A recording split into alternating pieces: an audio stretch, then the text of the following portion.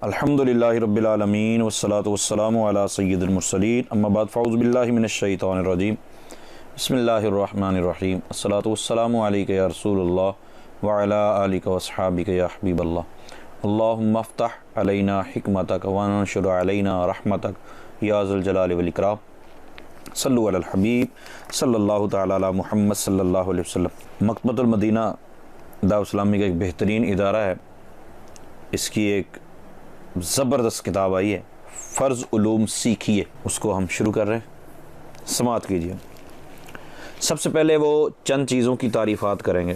ایمان کی تعریف، کچھ چیزیں ایسی ہوتی ہیں جو ہمارے ہاں نارملی استعمال ہوتی ہیں، ہم وہ لفظ اکثر بولتے ہیں لیکن ان کی طرف توجہ نہیں ہوتی ہماری کہ ان کی تعریف کیا ہے، اس کا اصل معنی کیا ہے، لغوی معنی کیا ہے، اصطلاحی معنی کیا ہے، اور لغوی اور اصطلاحی معنی میں مطابقت کیا ہے۔ اس کی مثال میں آپ کو یوں دیتا ہوں کہ ایمان لغت میں تصدیق کرنے یعنی سچا ماننے کو کہتے ہیں۔ اچھا، یہ لغوی معنی ہے۔ لغوی کا مطلب یہ ہوتا ہے کہ جو اہل لغت نے، زبان والوں نے اس کا اصل سب سے پہلے معنی رکھا ہو۔ مثال کے طور پہ ہیڈ اینڈ شولڈر، ہیڈ سر، شولڈر کندھا، ٹھیک ہے۔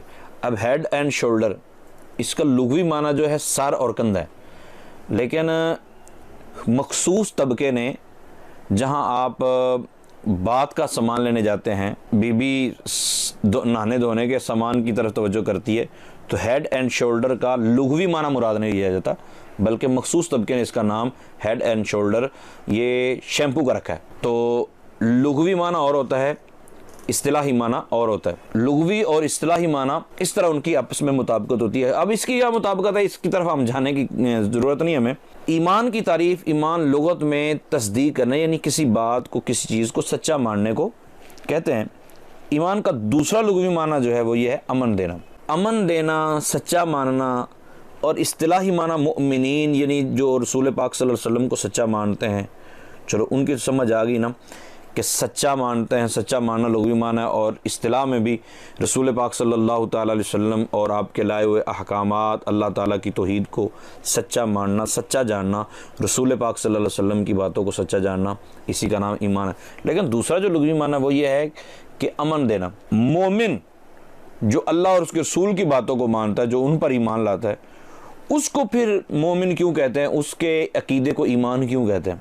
اس کا جواب دے رہے ہیں، یعنی مطابقت۔ چونکہ مومن اچھے عقیدے اختیار کر کے اپنے آپ کو دائمی یعنی ہمیشہ والے عذاب سے امن دے دیتا ہے، اس لیے اچھے عقیدوں کے اختیار کرنے کو ایمان کہتے ہیں۔ دائمی کا مطلب یہ ہے کہ گناہ گار جو ہوتا ہے مومن، وہ عذاب میں مبتلا ہو سکتا ہے، بلکہ یقیناً ہوگا۔ جو ایمان والا ہوتا ہے وہ دائمی عذاب سے محفوظ ہو جاتا ہے، اس لیے امن دینے کو کہتے ہیں کہ اپنے آپ کو دائمی عذاب سے امن دینے والا۔ اور اصطلاح شرع میں ایمان کے معنی ہے سچے دل سے ان سب باتوں کی تصدیق کرے جو ضروریات دین سے ہیں، جو ضروریات دین سے ہیں، جن کو ماننا دین ہے۔ اور اعلیٰ حضرت امام احمد رضا خان رحمۃ اللہ تعالی فرماتے ہیں، محمد رسول اللہ صلی اللہ تعالی علیہ وسلم کو ہر بات میں سچا جانے، نبی پاک صلی اللہ تعالی وسلم کی حقانیت کو دل سے ماننا ایمان ہے، اور جو اس کا مقر یعنی اقرار کرنے والا ہے اسے مسلمان کہیں گے، جبکہ اس کے کسی قول، فعل یا حال میں اللہ اور رسول کا انکار، تکذیب یا توہین نہ پائی جائے۔ نہ تو ان کی حالت سے ایسا لگتا ہو، مثال کے طور اس نے چہرہ ایسا بنایا ہو جو خالصتاً ہندوؤں والا لگتا ہو، نہ تو اس کی زبان سے کوئی ایسے الفاظ نکلیں، نہ اس کی کیفیت سے یوں لگے کہ یہ بندہ مومن۔ مثال ایک بندہ کلمہ پڑھتا ہے، میں جی کلمہ پڑھتا ہوں، میں اللہ اور اس کے رسول کو سچا مانتا ہوں، اور بتوں کے سامنے سجدہ کر رہا ہے، مومن تھوڑا ہی ہو، تو اس کی حالت سے لگ رہا ہے یہ بندہ مومن نہیں۔ نبی پاک صلی اللہ تعالیٰ علیہ وآلہ وسلم پر میں ایمان لاتا ہوں جی، لیکن بتوں کی پوجا کرتا ہے، بندہ مومن نہیں۔ بہرحال، اچھا پھر اس میں ایک بات آئی تھی، ضروریات دین پر ایمان رکھنا، یہ ضروری ہے۔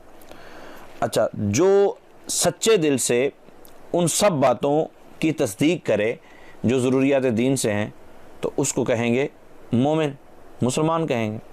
تو ضروریات دین کیا چیز ہے بھائی؟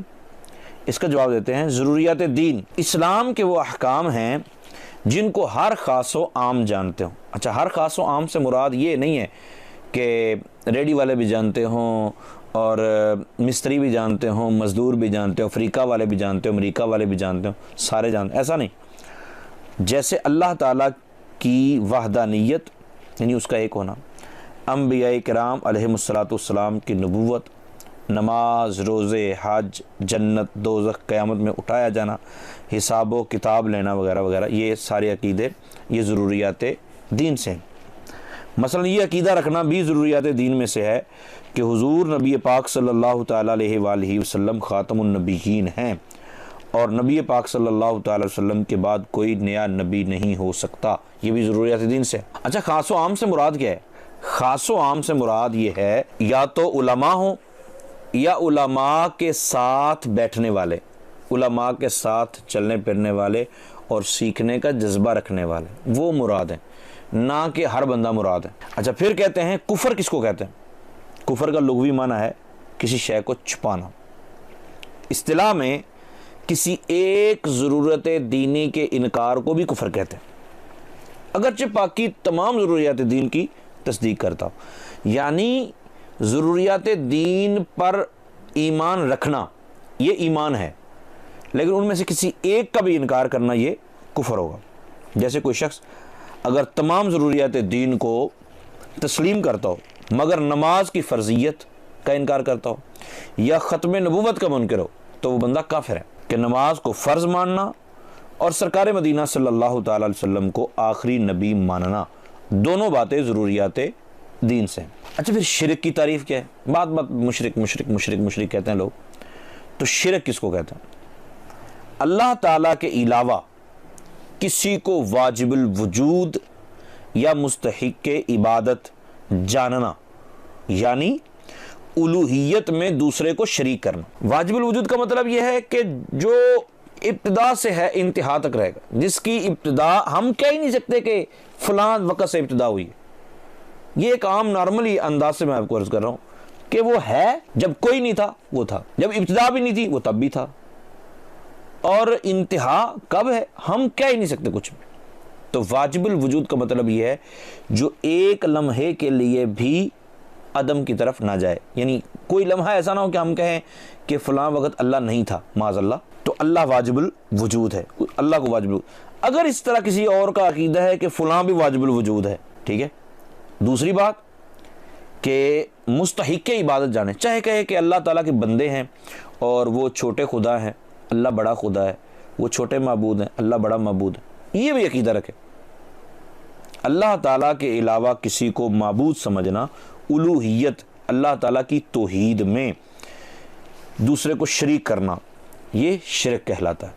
کسی کو مشغول کشا سمجھ لینا، حاجت روا سمجھ لینا، تو یہ شرک نہیں ہے۔ پتہ نہیں لوگوں کو کیا ہو گیا، جہاں بھی اللہ تعالیٰ نے کسی کو مشرک قرار دیا ہے، ضرور وہ اس کے ساتھ ایسا تعلق رکھتا تھا کہ یا تو اس کو واجب وجود سمجھتا تھا یا پھر اس کو مستحق عبادت سمجھتا تھا، چاہے اللہ تعالیٰ کا بندہ سمجھ کر ہی کرے، ٹھیک ہے۔ اور یہ شرک ہے، اور یہ کفر کی سب سے بدترین قسم ہے۔ اس کے سوا کوئی بات کیسے ہی شدید کفر ہو، حقیقتاً وہ شرک نہیں ہوگا۔ ہاں، بعض اوقات ریاکاری کو بھی شرک کہا گیا، لیکن یہ وہ شرک نہیں ہے جس کی ہم عموماً بات کرتے ہیں۔ ہم جس کی بات کرتے ہیں وہ شرک جلی ہوتا ہے، ریاکاری شرک خفی ہے۔ تو ریاکار کو ہم مشرک نہیں کہہ سکتے، ٹھیک ہے، اگرچہ یہ بہت بڑا گناہ ہے۔ ولی کس کو کہتے ہیں؟ ہمارے ہاں بھی اوٹ پٹانگ حرکتیں ہوتی ہیں، لوگ طرح طرح کے ڈرامے باز لوگوں کو اپنا ولی مان لیتے ہیں، اور ولی سمجھتے ہیں کہ شاید کوئی پیٹ کا درد بتائے تو ولی ہے، دوائی لکھ کر دے اور بندے کو آرام آ جائے تو ولی ہے، آپ کے دل کی بات بتا دے تو ولی ہے۔ نہ، ولی کس کو کہتے ہیں؟ حضرت سیدنا علامہ سعد الدین مسعود بن عمر تفتازانی رحمۃ اللہ تعالی فرماتے ہیں، ولی اس شخص کو کہتے ہیں جو ممکنہ حد تک، یعنی جہاں تک ممکن ہو، اللہ تعالیٰ اور اس کی صفات کا عارف ہو، اللہ تعالیٰ کو جانتا ہو اور اس کی صفات کی معرفت رکھنے والا ہو، اللہ تعالیٰ کی محبت میں مستغرق رہتا ہو، اور وہ اس طرح کہ اللہ تعالیٰ کی ہمیشہ عبادت کرتا ہو۔ اے نہیں کہ صرف کہے بس جی میں تو بس کیا بات ہے، رب سے بڑی محبت ہے، میں اللہ تعالیٰ کی صفات کا عارف ہوں، میں تو لمبی چوڑی سیریں کرتا ہوں نا، اور عبادت نہیں کرتا۔ ولی وہ ہے کہ اللہ تعالیٰ کی ہمیشہ عبادت کرتا ہو اور ہر قسم کے گناہوں سے اجتناب کرتا ہو، لذات اور شہوات میں انہماک اور استغراق سے بچتا ہو. ایسا نہ گناہوں کے اندر وہ لتھڑا پڑا ہے اور کہتے ہیں کہ وہ ولی، ایسا نہیں. امام فخر الدین رازی رحمۃ اللہ تعالیٰ علیہ ولی کی تعریف بیان کرتے ارشاد فرماتے ہیں ولی وہ ہے جو اعتقاد صحیح مبنی بر دلیل رکھتا ہو، یعنی عقیدہ بھی سچا ہو اور دلائل بھی اس کے پاس موجود ہو، اور اعمال صالحہ شریعت کے مطابق بجا لاتا ہو.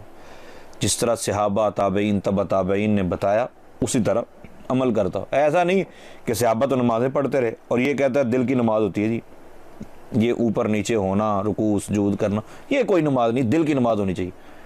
وہ بندہ ولی نہیں ہو سکتا. مزید فرماتے ہیں جب بندہ اللہ کا قرب خاص پا لیتا ہے اور اس کی معرفت میں مستغرق ہو جاتا ہے تو اس وقت اس کے دل میں ذات باری تعالیٰ کے سوا کسی کا خیال تک نہیں گزرتا، اور اس حال میں اسے مکمل ولایت حاصل ہو جاتی ہے. اور جب اسے یہ مقام مل جاتا ہے تو پھر اس کو کسی شے کا خوف نہیں ہوتا اور نہ وہ کسی چیز کے سبب غمگین ہوتا ہے، کیونکہ جو چیز اس سے چھن جاتی ہے وہ کہتا ہے کہ اللہ تعالیٰ کی دی ہوئی تھی، نو پرابلم، اس نے لے لی. تو اور کوئی چیز نہیں ملتی تو وہ کہتا ہے کہ میرا رب ایسے ہی راضی ہے، میں اس کی رضا میں راضی ہوں.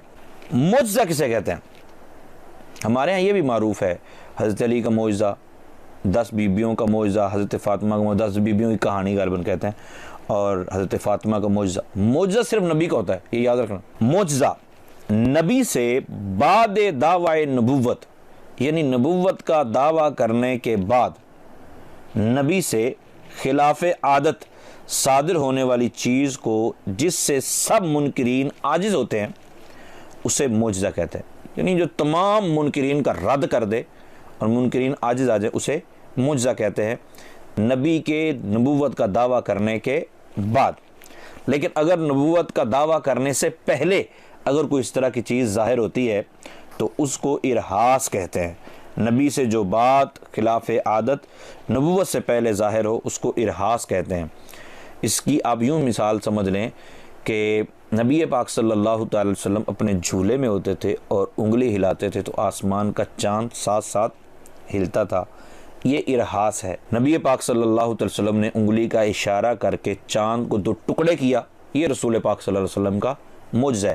ویسے ہماری زبان میں عموماً دونوں کو ہی معجزہ شمار کرتے ہیں اور اس میں کسی قسم کا حرج بھی نہیں ہے. کرامت کسے کہتے ہیں؟ ولی سے جو بات خلاف عادت صادر ہو اس کو کرامت کہتے ہیں. تو حضرت علی المرتضیٰ رضی اللہ تعالیٰ عنہ کی کرامت ہو سکتی ہے، حضرت بی بی فاطمہ رضی اللہ تعالیٰ عنہا کی کرامت ہو سکتی ہے، معجزہ نہیں. اور 10 بیبیوں کی کہانی یا اس طرح کی یہ نیچے جو اوٹ پٹانگ کرتے ہیں یہ تو کرنی نہیں چاہیے نا. اللہ تعالیٰ کے پیاروں کا ذکر کرنا اور سننا چاہیے، یہ باعث اجر و ثواب. اچھا بعض اوقات یہ ہوتا ہے کہ کافروں سے بھی اس طرح کے معاملات سامنے آتے ہیں. بعض عیسائی دم کرنے والے تو عیسائی عامل ہوتے ہیں، کافر ہوتے ہیں، ہندو ہوتے ہیں، تو ان سے بھی اس طرح کی چیزیں ظاہر ہو جاتی ہیں. اس حوالے سے یاد رکھیے گا اس کو استدراج کہتے ہیں. استدراج بے باک فجار یا کفار سے جو بات ان کے موافق ظاہر جو وہ کہہ دیں ویسے ہو جائے اس کو استدراج کہتے ہیں. اس کو معجزہ نہیں کہتے. یہ کوئی ولایت کی نشانی نہیں ہے. ولایت کی نشانی یہ ہے کہ وہ اللہ تعالیٰ کا قرب رکھتا ہو اور اعمال صالحہ پر عامل ہو، شریعت کے مطابق چلتا ہو. بلکہ سیدی اعلیٰ حضرت فاضل بریلوی رحمۃ اللہ تعالیٰ علیہ نے ایک جگہ لکھا ہے کہ نمرود کے گھر کے باہر ایک درخت تھا، لوگ اس درخت کے نیچے بیٹھتے اور اتنا بڑا درخت تھا اس کا سایہ کوئی نہیں تھا. اتنا بڑا درخت تھا کہ سایہ تو تھا نہیں درخت ہونے کے باوجود. ایک بندہ نیچے کے بیٹھتا ہو، ایک کے لیے سایہ، 2 بیٹھتے 2 کے لیے سایہ، 3 کے بیٹھتے 3، 10 بندے بیٹھتے 10 کے اوپر سایہ. مطلب جتنے بندے بڑھتے جاتے سایہ سب کے لیے ہوتا جاتا. 1 لاکھ بندہ بیٹھ جاتا سارے سائے کے نیچے، اور 1 لاکھ سے ایک بھی اوپر ہوتا تو سارے دھوپ میں. اتنا عجیب و غریب وہ ایک ڈرامہ رکھتا تھا، اس لیے لوگ اس کو خدا سمجھتے تھے. تو اعلیٰ حضرت فاضل بریلوی رحمۃ اللہ تعالی اس واقعے کو نقل کرنے کے بعد فرماتے ہیں کہ کرامت نہ دیکھ، تو کسی کرامت دیکھ کے اس پر لٹو ہو رہا ہے کہ بس بھی یہ کمال کا بندہ ہے نا. کرامت نہ دیکھ، جس کو ولی ماننا ہے اس کی دین پر استقامت دیکھ. تو یہ تعریفات ہی چند. اللہ تعالی ہم سب کو عمل کی توفیق عطا فرمائے. آمین بجاہ النبی الامین.